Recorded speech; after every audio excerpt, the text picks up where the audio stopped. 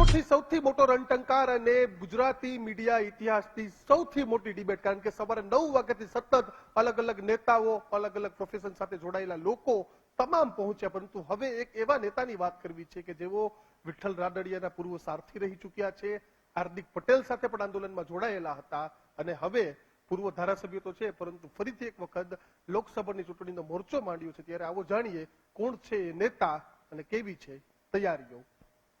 હવે વાત આ પાટીદાર ચહેરાની. વારસાગત ખેતી સાથે જોડાયેલા અને ધોરાજીમાં જન્મેલા લલિતભાઈ વસોયાએ વર્ષ 1983માં સૌરાષ્ટ્ર યુનિવર્સિટીમાંથી બીકોમ પાસ કર્યું છે.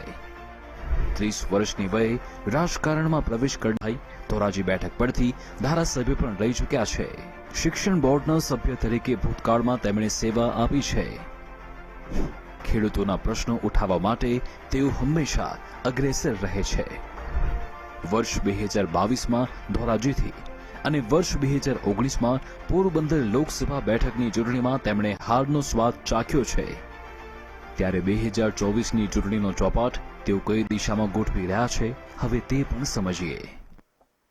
લલિતભાઈ, 2019માં તો નવા ઉમેદવાર હતા રમેશ ધડુક. આ વખતે તો સીઝન નેતા તમારી સાથે આવ્યા છે, મંજાયેલા નેતા અને કેન્દ્રીય મંત્રી મનસુખ માંડવિયા.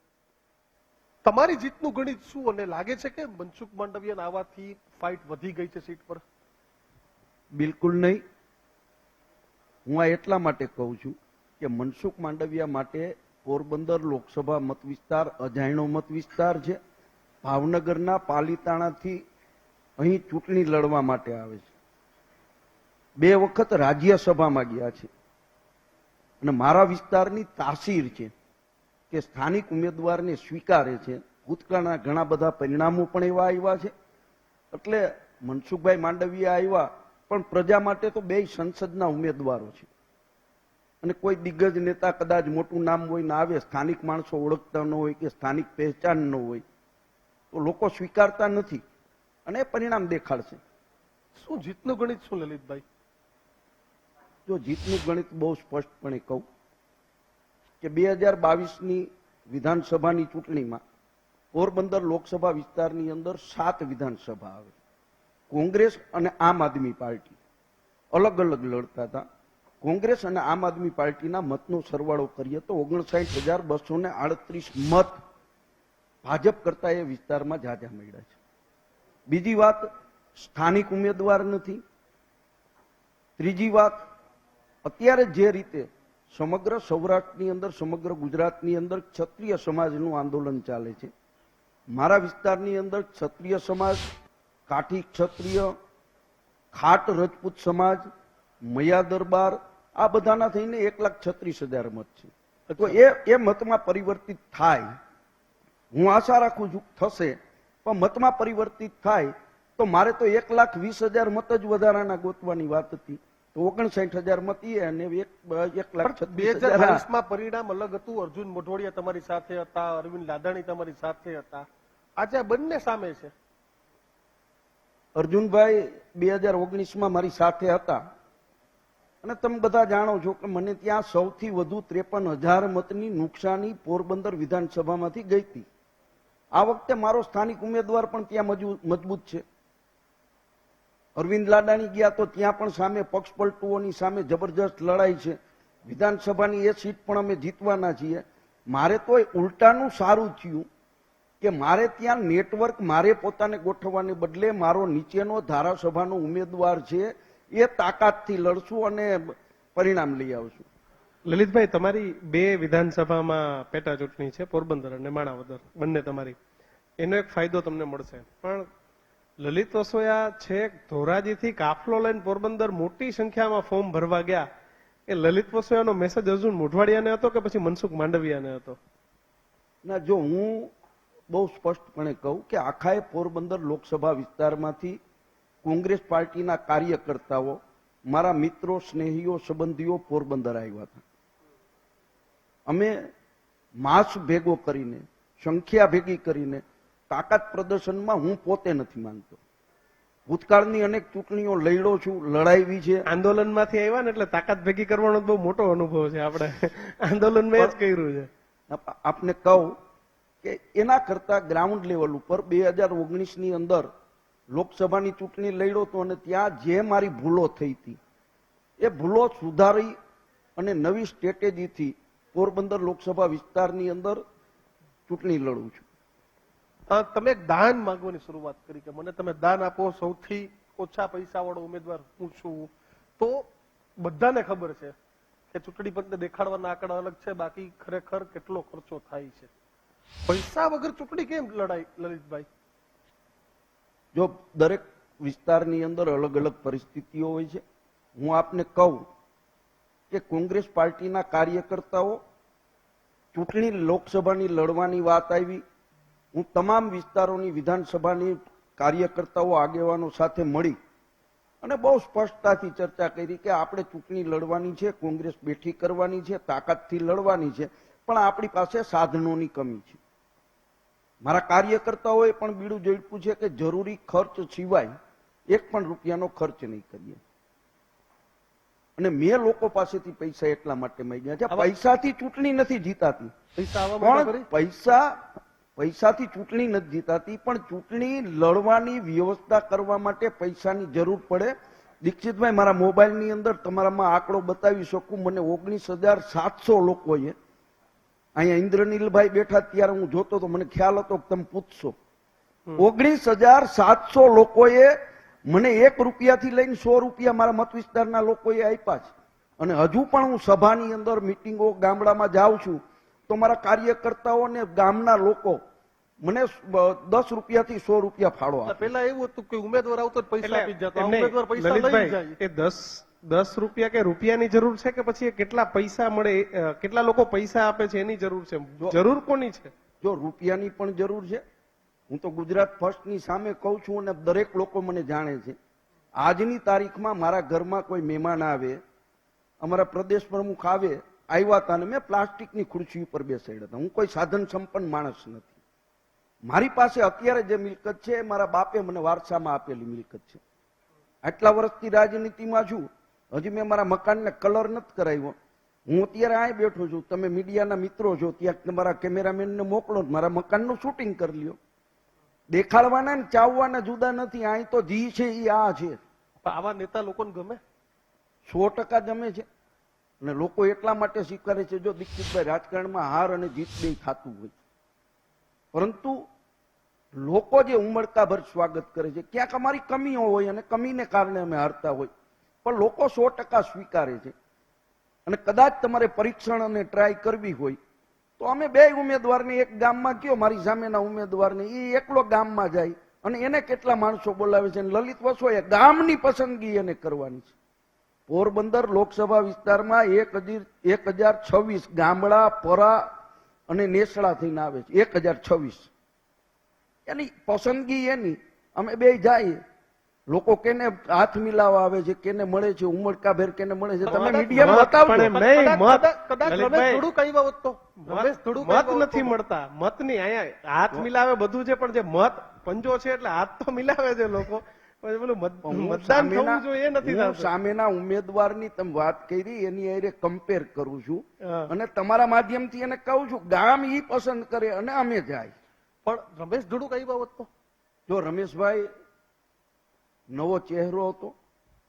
રમેશભાઈ ચૂંટણી પછી હું એની સામે ચૂંટણી લડ્યો છું અને જાહેરમાં સ્વીકારું છું, મીડિયા સામે સ્વીકારું છું કે રમેશભાઈ સૌથી એક્ટિવ ગુજરાતના સંસદ તરીકે રમેશભાઈ ધડુક હતા.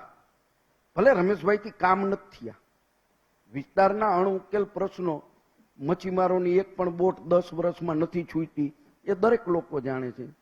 ખેડૂતોના પ્રશ્નો તો રમેશભાઈથી ઉકેલા નથી. ભાદર નદી ઊંડી કરવાની વાત રમેશભાઈની રજૂઆત હતી, પ્રયત્ન કર્યા છે, એનાથી નથી થયું. પોરબંદરથી લઈ અને ગોંડલ સુધી જે બ્રોડગેજ લાઈન નખાણી છે એમાં ટ્રેન નથી ચાલતી. રમેશભાઈ પ્રયત્ન કર્યા છે. અમારે ટોલ નાકાનો પ્રશ્ન છે કે 60 કિલોમીટરની અંદર ગટકરીજી એમ કે ટોલ નાકા 2 ન હોય.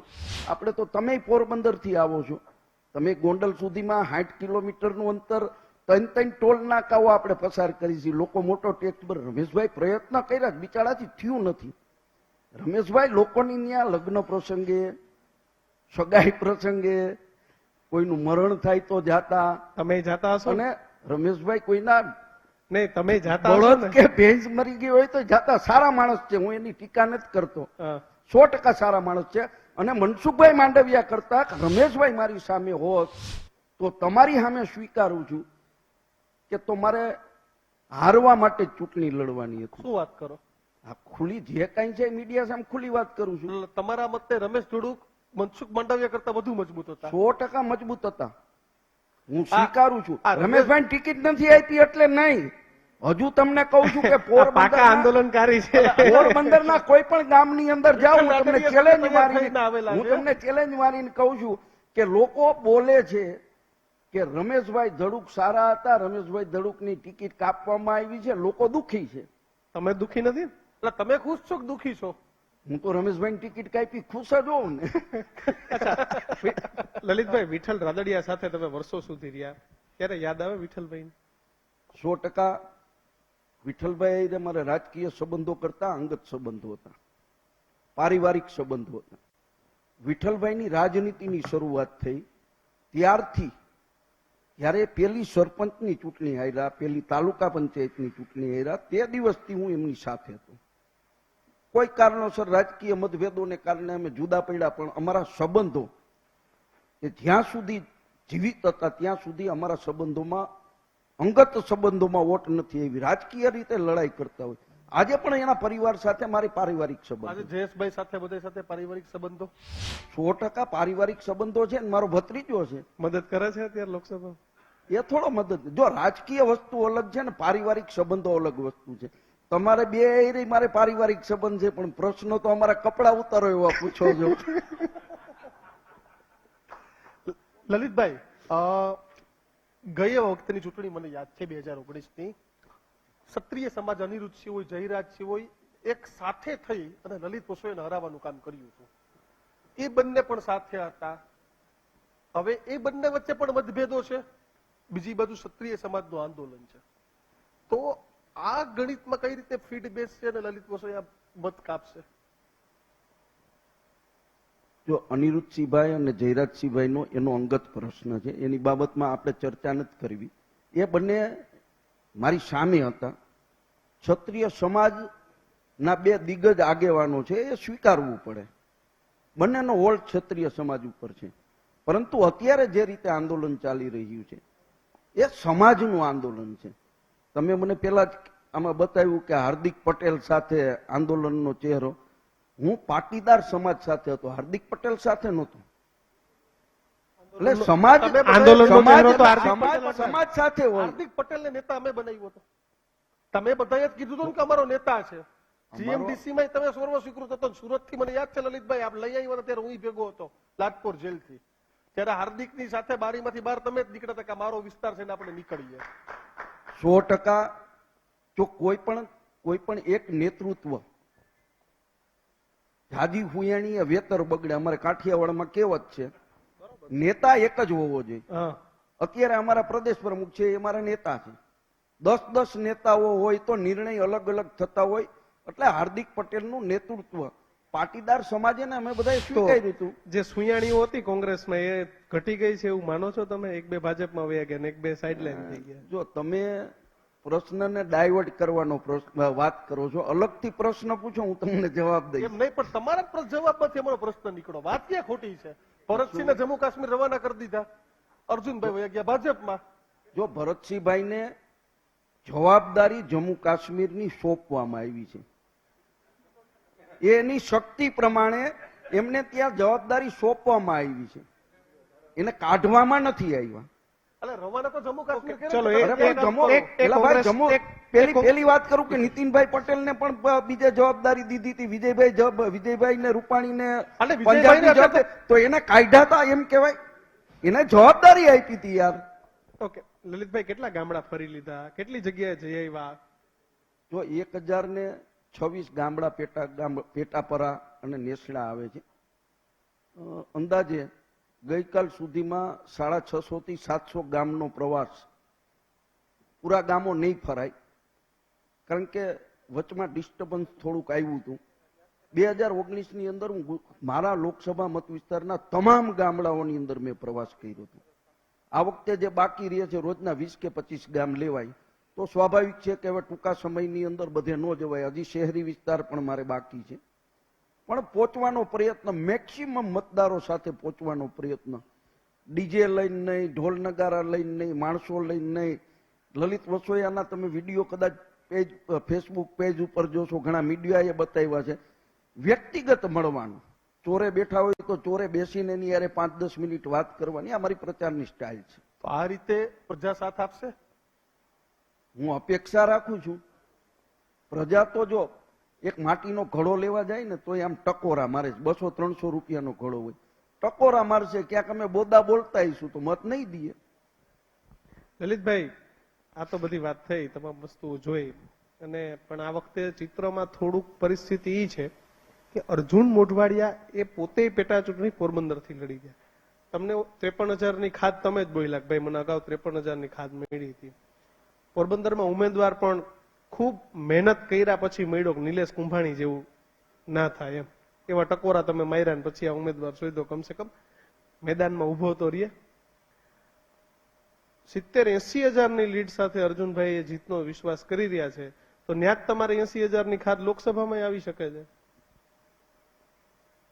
5 લાખની લીડથી જીતવાનો પાટીલ સાહેબ દાવો કરે છે. અર્જુનભાઈ 80,000ની લીડથી જીતવાનો દાવો કરે છે. હું તમને કહું કે મારે તો ઇન્દ્રનીલભાઈએ મગજની વાત કરી, પણ મારા દીકરાનો દીકરો એ જવાબ દે એવો થઈ ગયો. તમે એને પૂછો એટલે એમ કે મારા દાદા 7 લાખ મતે જીતવાના છે. એટલે દાવા તો યાર ગમે તેવા થાય, દાવા ગમે તેવા થાય. ભૂતકાળમાં આ જ અર્જુનભાઈ હતા, 70-80 મતે જીતવાની વાત કરો છો. 2 વખત હારી ગયા હતા. 3,500 મતે જીતે, 4,000 મતે જીતે, 4,500 મતે જીતે. આ તો અર્જુનભાઈ હવે આ લોકો ભેગા ગયા છે એટલે જાજુ નથી શીખ્યા, પણ એટલું તો શીખી ગયા કે આ જેમ ખોટું બોલે છે એમ આપણે બોલવાનું ચાલુ કરો. આંકડા વધારીને 5 લાખની લીડ તો અર્જુનભાઈ કે મારા 80,000. પણ ખરેખર ગ્રાઉન્ડ રિયાલિટી શું? ગયા વખતે 53ની ખાદ આવી હતી, આ વખતે 50ની તો આવે એવું લાગે છે. પોરબંદર વિધાનસભામાંથી હું એવું માનું છું હજુ ઘણા દિવસ બાકી છે. અત્યારે જોઈએ પરિસ્થિતિ તો પોરબંદર સિટી મારા માટે થોડું વીક છે, હું સ્વીકારું છું. ઓકે, અમારા પ્રયત્નો રહેશે, અમે અમારી તાકાત ત્યાં લગાડી રહ્યા છીએ. ને હું માનું છું એવું કે એ ઘણો બધો ફેરફાર વાતાવરણમાં અમે કરી દેખાય છે. તમને એ નબળાઈ દેખાય છે કે તાલુકામાં સાફ થઈ ગયા, જિલ્લામાં સાફ થઈ ગયા, નગરપાલિકામાં કોઈ ના મળે, મહાનગરપાલિકા હોય તો ન્યા કોઈ ના મળે, આ નબળાઈ દેખાય છે કે અહેસાસ થાય છે? કેમ કે નહીં તો પેલો જિલ્લા પંચાયતનો સદસ્ય હોય તો એ તમારી બેઠક કરાવે. લલિતભાઈ, વચ્ચે હું આપને પૂછવા માંગીશ કે આપ કહો કે પોરબંદર નવું પડે, તમારી તો આ બીજી ટર્મ છે, એટલે ચૂંટણી લડવાની ને તો કેમ નબળું? હવે તો મોઢે થઈ ગયા હોય ને વિધાનસભાના મતદારો. હું પોરબંદર વિધાનસભાની વાત કરું છું. પોરબંદર તમે રમેશભાઈ તડુક સાથે ઉભા હતા ત્યારે પોરબંદર મને નવું પડે છે એવું નથી કીધું, નબળું પડે છે એટલા માટે કહું છું શહેર કે અર્જુનભાઈ કોંગ્રેસના મોટા ગજાના નેતા હતા. નીચેની ટીમ એમને ગોઠવેલી ટીમ હતી, એ આખી ટીમ સાથે અર્જુનભાઈ બીજેપીમાં ગયા છે. તો સ્વાભાવિક છે કે નવા નેતા, નવા કાર્યકર્તા ઉભા કરવા માટે થોડીક મહેનત, થોડોક સમય પણ જોઈએ. અને એટલા માટે, પરંતુ એ ચૂંટણી પહેલા સુધારી લેવાની ક્ષમતા છે મારામાં. એટલે ફોજ તૈયાર થઈ જશે ને? કઈ રીતે ફોજ તૈયાર થશે? લલિતભાઈ, એક પ્રશ્ન. પરેશભાઈ લેવા પટેલ, જેપી મારવિયા લેવા પટેલ, તમને પણ ત્યાંથી ટિકિટ આપી. આ ગણિત ક્યાંય ફાયદા રૂપ રહેશે કે પછી આ ગણિતથી નુકસાન થશે કોંગ્રેસ? જે ટિકિટો આપી છે લેવા પટેલને, જેપી મારવિયાને જામનગરથી આપી, પરેશભાઈને અહીંયાથી આપી, તો જે લેવા પટેલ વાળું ગણિત છે એ ફાયદા રૂપી થશે કે નુકસાનકારક થશે? જો કોઈ પણ સમાજ હોય, એ લેવા પટેલ સમાજ હોય, ક્ષત્રિય સમાજ હોય, આહિર સમાજ હોય, તમામ સમાજના લોકો એવું ઈચ્છતા હોય કે આપણા સમાજના લોકોને વધારેમાં વધારે ટિકિટ મળે અને વધુમાં વધુ સંખ્યાની અંદર ચૂંટાઈને એમના સમાજનો પ્રતિનિધિ જાય. આવું દરેક સમાજ ઈચ્છતા હોય. તો મારો સમાજ એવું ઈચ્છતો હશે કે કોંગ્રેસ પાર્ટીએ સૌરાષ્ટ્રની અંદર 4 ટિકિટો આપી છે, તો આપણે પાર્ટીના લોકો આને ચૂંટાવવા માટેનો પ્રયત્ન કરીએ, એવું 100% વિચારતા હોય. લલિતભાઈ, અર્જુનભાઈને જવાથી ચોક્કસ ગ્રાઉન્ડ લેવલ ઉપર ફરક પડ્યો હશે તમને, પણ સાચું કારણ શું કે 40 વર્ષ જે વ્યક્તિએ જબરદસ્ત સેવા કરી હોય, જ્યારે પ્રધાનમંત્રીજી અહીંયા મુખ્યમંત્રી હતા ત્યારે એમના સામે બી અવાજ ઉઠાવવા વાળા વ્યક્તિ શું કામ કોંગ્રેસ છોડીને ભાજપમાં જતા રહે? તમને શું લાગે છે? જો અર્જુનભાઈ પોતે જ સાચું કારણ કહી શકે, તમે ને હું ખાલી અંદાજ મારી શકીએ. તમારો અંદાજ શું છે? એમ સાચું કારણ તેમને મારો- બતાવી દીધું, ભગવાન રામને ના માને એટલે હું આવી ગયો. જવાનું કઈ કારણ તો બતાવવું પડે ને. હા, ઓરિજિનલ કારણ તમારા મતે શું હરી? તમે ઓરિજિનલ પોરબંદર કારણ કોઈ ન બતાવે. મને અર્જુનભાઈ સાથે મારા રાજકીય સંબંધો હતા. એ ક્યાં ચીપટી દબાણી હોય, એને શું તકલીફ હોય, એને મારી હારે ચર્ચા નથી કરી. એટલે હું કઈ વાસ્તુ કહીશ તો એ અંદાજ બાંધીને કહીશ, અને કદાચ મારો અંદાજ ખોટો પડે તો અર્જુનભાઈને ખોટું લાગશે. અર્જુનભાઈ મારા મિત્ર પણ છે. હવે આપને ક્યારે ઓફર થઈ કે ના થઈ? મોટામાં મોટી વાત એ છે કે આજ સુધીમાં મને કોઈ દિવસ ઓફર નથી કરી, અને મને લઈ જવા માટે એ લોકો એટલા માટે તૈયાર થાય કે હું એનાથી હચવાવું નહીં. કેમ? મારો આખા બોલો ને સાચું કહી દેવાનો સ્વભાવ છે. તમે કદાચ અઘરો પ્રશ્ન પૂછશો તો હું અહીંથી સાચા જ જવાબ દઉં છું. એટલે હું ત્યાં હચવાવું નહીં, અને એ લોકો લઈ જઈને મને શું કરે, ત્યાં એનું બગડશે. એટલે પરેશભાઈ કહેતા હતા એ સાચું હતું. પરેશભાઈ એવું કીધું કે અમે ના હાચવી શકીએ ને તમે ક્યાં હાચવી શકો? અમારે રાજેશ પવાર કહી ત્યાં દીધું. થોડા હચવાય. એટલે ખરેખર બધું ટનાટન છે કોંગ્રેસમાં કે ખાલી આ પરેશભાઈ ટ્વીટ કરે એટલું જ છે?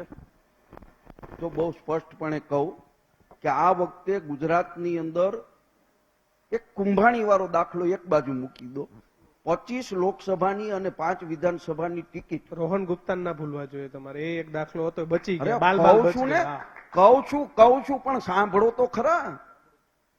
25 લોકસભાની ટિકિટ, 5 વિધાનસભાની ટિકિટ. કોંગ્રેસમાં એક પણ જગ્યાએ કકળાટ નથી થયો. કોઈ મીડિયાએ બતાવ્યું નથી કે ઉમેદવારની સામે કોઈએ રોષ પ્રગટ કર્યો હોય. ભાજપે આખા ગુજરાતની અંદર તમે બતાવ્યું છે ઈ મેં જોયું છે. આખા ગુજરાતની અંદર 7 લોકસભાની બેઠક ઉપર માથાકૂટ થાય, 2 લોકસભાના ઉમેદવારો બદલાવા પડે, 2-3 જગ્યાએ ધારાસભ્ય, સંસદ સભ્યના માણસો એકબીજાના માથા ફોડે. આ મીડિયાએ બતાવ્યું છે. પણ આ બધું એટલે આ બતાવ્યું વખતે બરાબર. આ વખતે જૂથબંધી કે કકળાટ કોંગ્રેસમાંથી ભાજપ તરફ આવ્યો છે. પણ આખી સીટ બિનહરીફ થઈ જાય, આનાથી મોટો કોકડાટ તમે કયો કે ને ભાઈ લલિતભાઈ? તમે બે કુંભાણીને વસ્તુ- ગદ્દાર માનો છો કે નથી માનતા? ગદ્દાર માનો છો કે નથી માનતા? જો સાચા કારણની મને ખબર નથી, એને ગદ્દારી કરી હશે તો અમારા પ્રતાપ દુધાતે જે કઈ નિવેદન કર્યું અને એ જે કરવાનો છે એમાં હું પ્રતાપ દુધાતની સાથે આવીશું. એટલે પ્રતાપે તો એવું કીધું કે સ્મશાન સુધી લડીશું. લલિતભાઈ, તો હું લડીશ ને, હું પ્રતાપનો લલિતભાઈ, સાથીદાર છું, કોંગ્રેસનો સૈનિક છું. લલિતભાઈ, તમે જે કીધું કકડાટ નથી, અમારામાં આ નથી. નથી એનું ઘણી બધી જગ્યાએ સામેથી ટિકિટો આપવાની પણ પરિસ્થિતિ આવી છે કે ભાઈ પોરબંદર લલિત વસોયાને લડાવવા પડે એવી સ્થિતિમાં જતા. જો કકડાટ કિશન- ક્યારે હોય? મારી વાત સાંભળો લલિતભાઈ, તમે સાચું બોલો તો મને સાચું બોલવા દો. કકડાટ ક્યારે હોય? જ્યારે પાર્ટી એના પરફોર્મન્સના અપ લેવલ ઉપર હોય, ખબર જ છે કે હું જ્યાં લડીશ ત્યાં જીતીશ, સાહેબ ત્યાં કકડાટ હોય. ખબર જ છે કઈ મારું તો મેદાન નથી. 2019માં કોંગ્રેસમાં 3-4 લોકસભા વખતે થયો તો ટિકિટોમાં. એ 19 ના ધારાસભા વખતે 2017 ધારાસભામાં થાય. 2017 વખતે ધારાસભામાં હોય જ. નહીં એવું જીતે છે એવું નહીં. જો હું તમને કહી દઉં કે પોરબંદર લોકસભામાં 6 માગણીદારો હતા. આ બહુ સ્પષ્ટપણે સાંભળી લ્યો, 6 માગણીદારો હતા. અત્યારે બધા ભેગા ખાશે. મેં- પણ એમાં મેં જીતેલા ચૂંટણી- કેટલા હતા? મેં ચૂંટણી લડવા માટેની ના પાડી હતી. મીડિયા સામે કહું છું, મેં ના પાડી હતી. અર્જુનભાઈ મોઢવાડિયા ગયા, એના પછી અરવિંદ લાડાણી ગયા. ત્યારે મેં પાર્ટીને સામેથી એમ કીધું કે આ સંજોગોની અંદર ભારતીય જનતા પાર્ટીને જો કોઈ લડાઈ આપી શકે એમ હોય તો એ લલિત વસોયા આપી શકે, અને પાર્ટીએ એ વાત સ્વીકારીને અને મને લડવા માટે અને મોકલી. સંજોગો પ્રમાણે 2017માં બધાને લડવું હતું, માહોલ હતો. એક મારે બહુ નિખાલસ સવાલ છે, કેમ કે લલિતભાઈ સાચો જવાબ આપે એટલે તમે કહો છો કે તમારી પાસે એવી કોઈ વધારે પૂરતી સગવડ નથી કે તમે ઇલેક્શન લડી શકો, અને સત્તામાં કોંગ્રેસ પાર્ટી બી નથી કઈ જગ્યાએ, એટલે બટ ઓબ્વિયસ છે ફંડની બહુ ઓછી સગવડ હોય. તો આ બધામાં તમે કેવી રીતે ઇલેક્શન લડશો? સામે એટલા મોટા કેબિનેટ મિનિસ્ટર આપના સામે છે. ભારતીય જનતા પાર્ટી વિશ્વની સૌથી ધની પાર્ટી આપણે કહી શકીએ, અને બધી જ રીતે બધી જ સગવડો ત્યાં છે, અને તમારી પાસે કોઈ સગવડ અત્યારે હાલ છે નહીં, પર્સનલ બી નથી. અને કોંગ્રેસ પાર્ટી કદાચ તમને સગવડ આપતી હોય તો ખબર નહીં મને, બાકી કોંગ્રેસ પાર્ટીની બી એવી સ્થિતિ અત્યારે હાલ ગુજરાતમાં તો નથી. તો કેવી રીતે ઇલેક્શન લડશો તમે? હું 2017, 2019 અને 2022 ત્રણ ચૂંટણી લડી ચૂક્યો છું. આ જ પરિસ્થિતિ મીડિયા સામે નિખાલસતાથી કહું કે દર વખતે મારા સમર્થકોએ, મારા ટેકેદારોએ અને મારા સમાજે મને મદદ કરી છે, અને એમની મદદથી હું બધી ચૂંટણીઓ લડ્યો છું. આ વખતે પણ મને જરૂરી મદદ મારા મતદારો કરશે એનો મને વિશ્વાસ છે. પૈસાથી ચૂંટણી નથી જીતાતી. હા, અમે દેખાવ નહીં કરી શકીએ, શોબાજી નહીં કરી શકીએ કે મારા ભેગી હું પ્રચારમાં જાઉં તો 50 ગાડીઓ હોય ને 250 માણા, ગામના 50 માણા હોય ને 250 માણા એટલે 300 માણા ફોટામાં દેખાય, આવું હું નથી કરતો. હું તો એકલો એક ગાડી લઈને જાઉં છું ને પ્રચાર કરું છું કે ભાઈ જી છે એ આ છે, કામના નામે મત માગું છું. અને સામેના માણસે તો ઓના નામે મત માગવાના છે. જ્યાં જાય ત્યાં એની એક તમે એના વિડીયો સોશિયલ મીડિયામાં જોઈ લ્યો, મોદી સાહેબને નામે મત માગો. હું તો મારા કામના નામે મત માંગુ છું. માણસને મારું કામ ગમતું હોય છે તો મત આપશે. એટલે મોદી સાહેબના નામે મત માંગે, તમારે કોના નામે મત માંગે? મારે હું છું ને, મારું નામ ચાલે છે. તમારું નામ છે, પણ મારું નામ છે. આ તો રાષ્ટ્રીય પણ જો સ્તરની હું તમને લોકસભાની કહું, ચૂંટણી છે. મતદારોને- સામે તમારી પાસે નેતા કોણ? તમારે પીએમ નો ઉમેદવાર કોણ? એટલે પેલી એક વાત તમને કહું, એ તમારો એ વાતનો હું જવાબ આપીશ. મારા મત વિસ્તારમાં ગ્રામ્ય વિસ્તાર આવે છે. ગ્રામ્ય વિસ્તારના મતદારોને કોઈ સંસદ સભ્યનું કામ ન હોય, એને સ્થાનિક કામ હોય. એને કોઈ અગવડતા પડે, પોલીસ એની ફરિયાદ ન લેતી હોય, દવાખાનાનું કામ હોય, સિંચાઈ વિભાગનું કામ હોય, લલિત વસોયા તલાટી એટલે મંત્રી મનસુખ- કામ તો ન મનસુખ કરતો હોય, પટેલ નહીં એક કરે? મિનિટ મારી વાત પૂરી કરી દો. એ કામ ન કરતો હોય, સ્થાનિક કામ હોય. આ સિવાયના સંસદ સભ્યના કોઈ કામ ન હોય. હા, લોકસભાની અંદર જઈને એ પ્રશ્ન વિસ્તારના ઉઠાવવાના હોય. વિસ્તારના જે અણુકેલ પ્રશ્નો છે એના કામ માટેના પ્રયત્ન કરવાના હોય, પણ લોકો એની વચ્ચે રહેનાર અને એના સુખ દુઃખમાં ભાગીદાર થનાર ઉમેદવારને પણ પસંદ કરતા હોય છે. ના, એ બધી વાત બરાબર. જો પંચાયતની ચૂંટણી છે, નગરપાલિકા છે, મહાનગરપાલિકા છે, વિધાનસભા છે, આ બધાના પ્રશ્નો મુદ્દાઓ સ્થાનિક લેવલના હોય છે. જ્યારે લોકસભાની ચૂંટણીની વાત કરતા હોય ત્યારે રાષ્ટ્રીય મુદ્દા આગળ રહેતા હોય છે, અને ત્યારે ચહેરો રાષ્ટ્રીય સ્તરે જ દેખાતો હોય છે.